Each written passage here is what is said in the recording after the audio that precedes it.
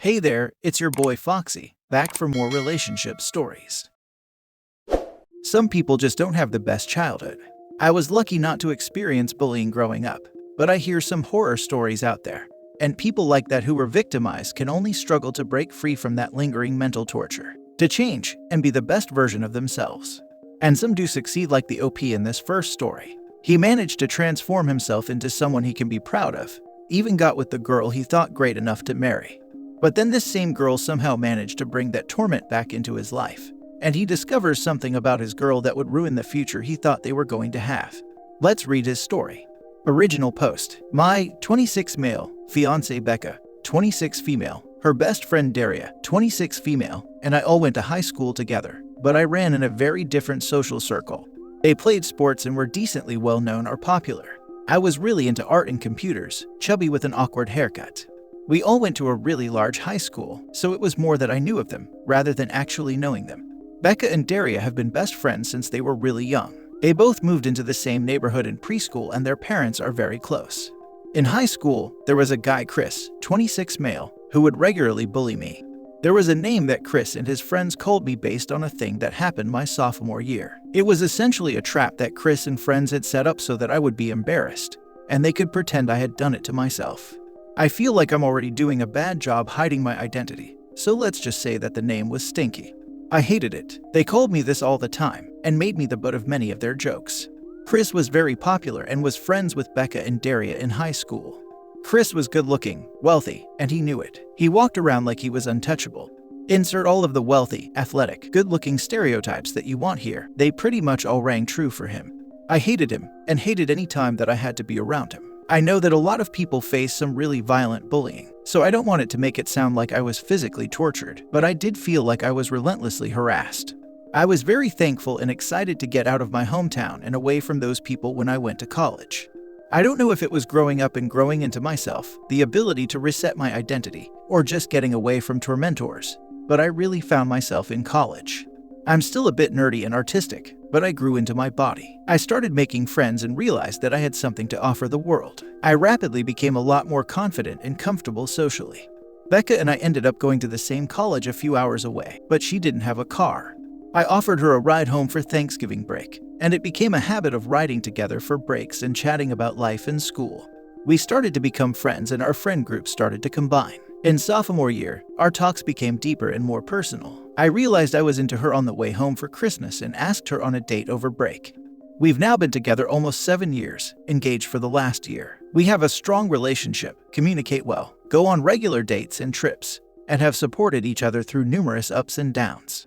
We have had our fights over the years and even did some counseling together for about a year. I was bringing my parents' passive-aggressive style of fighting into our relationship, and she was assuming I was criticizing her all the time because her mom's horrible behavior.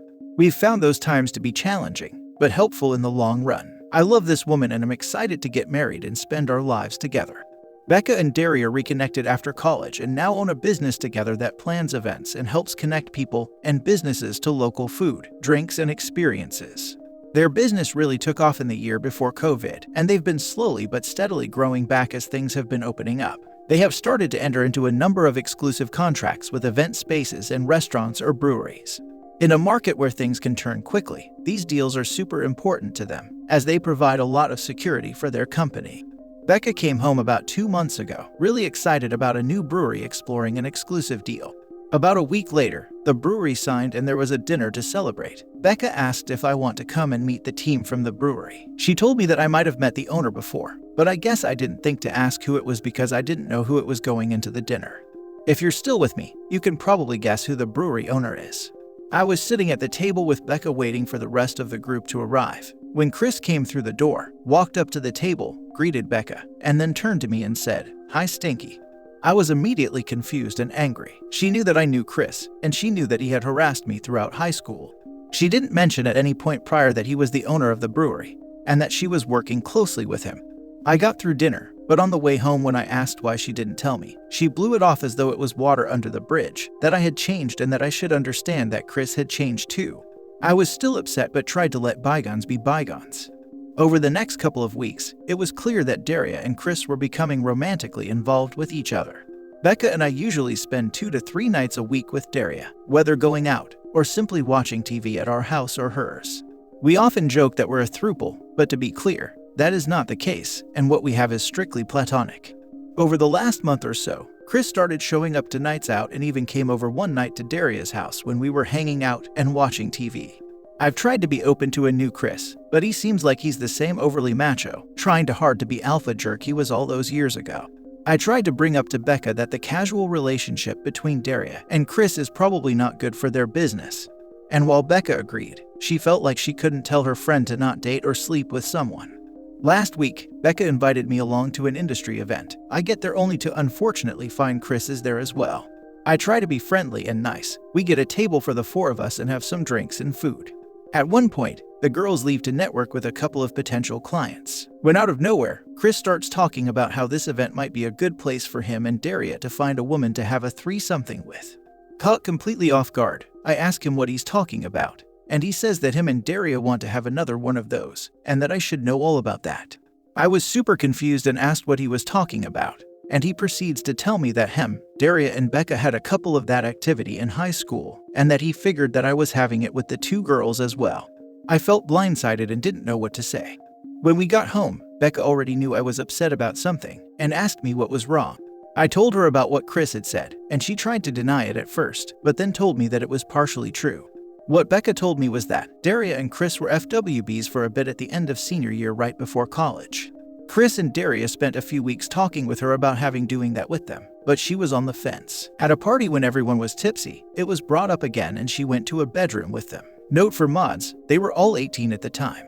They all stripped down and did a lot of kissing and touching, but Becca backed out of going all the way and instead just watched them. On Thanksgiving break of freshman year, the three talked about going all the way with it, but ended up not being able to find a free time for all of them. Daria then got a boyfriend and it was never brought up again. All of this was news to me. In addition to not really coming into myself until college, I was a late bloomer in terms of relationships, and Becca was my first everything. I knew and wasn't upset that she had experience before us, but we had never really gone into the when or who of that. Becca keeps saying that I never asked, and that she never lied about all this, but, especially with doing business with Chris, it feels like lying by omission to me. I'm struggling with all this. Chris did his best to make my life awful in high school and now is back. Almost every time I spent time with him, he seems to be belittling me, making fun of me. He even told Becca in front of me that she could do better than me and was dating down. She told me later that it was just a joke and to stop being so sensitive. It seems like this threesomething is just one more thing he can hold over me. He's a snake and always seems to say the worst stuff to me when Becca and Daria are just out of earshot. We've been arguing about this situation for about a week now. I asked Becca to cut all contact with him last night, and she told me I was being unreasonable. He's with her best friend and they all do business together. I asked if it was that Daria and her need his brewery's contract. She keeps asking me why I can't move on and just accept that Chris is a different person. Now for the top advice before reading the update. Almost every time I spent time with him, he seems to be belittling me, making fun of me. He even told Becca in front of me that she could do better than me and was dating down. She told me later that it was just a joke and stop being so sensitive. That's gonna be a no from me, dog. There's no, how can I fix this? There is a, how can she fix this? Thanks for that, babe. Hey, can I see that ring I gave you back for a bit? Just want to have the jeweler check this setting for you. If she can't see why this is a problem for you, then maybe she's just an awful person. Edit, I have reread and examined other comments. Change maybe to definitely an awful person. I have a feeling this dude is gonna sleep with OP's fiancée. It's just a matter of when it happens. OP, if you have any self-respect, you will leave her, because she clearly doesn't have any for you. Last time I checked, your partner is supposed to stick up for you, not justify some giant sociopath's horse manure by claiming he was joking. Stop being so sensitive. Your fiancé is a terrible person who has zero respect for you. She keeps asking me why I can't move on and accept that Chris is a different person. The thing is, you had moved on. Chris is not. Chris keeps bringing up the past. Hell, the very first time Chris saw you at the dinner where you saw him for the first time after high school, he used the nickname that was used to torment you throughout high school. It's plainly obvious who has not moved on here. It's Chris, Daria, and Becca. You have said that breakup is not an option, but it needs to be a weapon in the arsenal. Your first step should be counseling immediately, though. Becca is absolutely not seeing things from your point of view, and, until she can, there can be no moving forward. It's also obvious the attempts to talk to her one-on-one have failed to get her to see your point of view. I would also continue to sleep in the guest room. She needs to understand that this situation is deeply troubling for you. And to be honest, I'd even consider showing her this thread. Let her see how others are reacting to her actions. I'm sure she'll dispute certain details, but if the overall gist of what you wrote is truthful, it won't change our answers. She has not treated you with the respect a life partner deserves in this. And now for the update.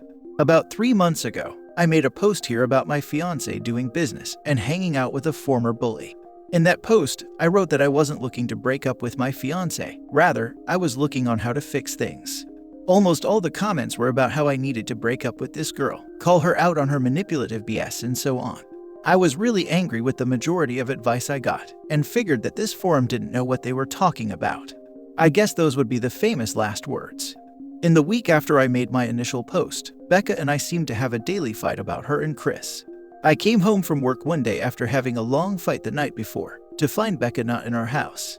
This wasn't surprising in the moment since she works a really irregular schedule, but then I noticed that a bunch of her things were missing. I tried to text her making sure she was okay, and got a long text in response about how she was going to stay with her sister and how she needed some space, and for me not to contact her for a few days. I was confused, frustrated, and upset, but figured that if all she needed was some space, hopefully that would be what could get our relationship back on track. The next night, Daria texted me asking if she could come over to talk. When she got there, she told me she had been a bad friend to me. Basically, there were a number of things she felt like she should tell me, but didn't know where to draw the line between her friendship with me and her friendship with Becca. We talked for a few hours and multiple things came out. A few months before, Becca told Daria that she was doubting our relationship. Becca told her that she felt like we had gotten together so young, that she was missing out on experiences by being with me. Note, Becca never said anything about this to me. When I was thinking later about what Daria had told me this night, I remembered that months prior, Becca had this really weird week where she was really distant and kept asking me questions about what it was about her that made me want to get married. She told me later that she had just been in a weird headspace, and I kind of forgot about those conversations. When Becca and Daria first met with Chris, Becca was really flirty with him.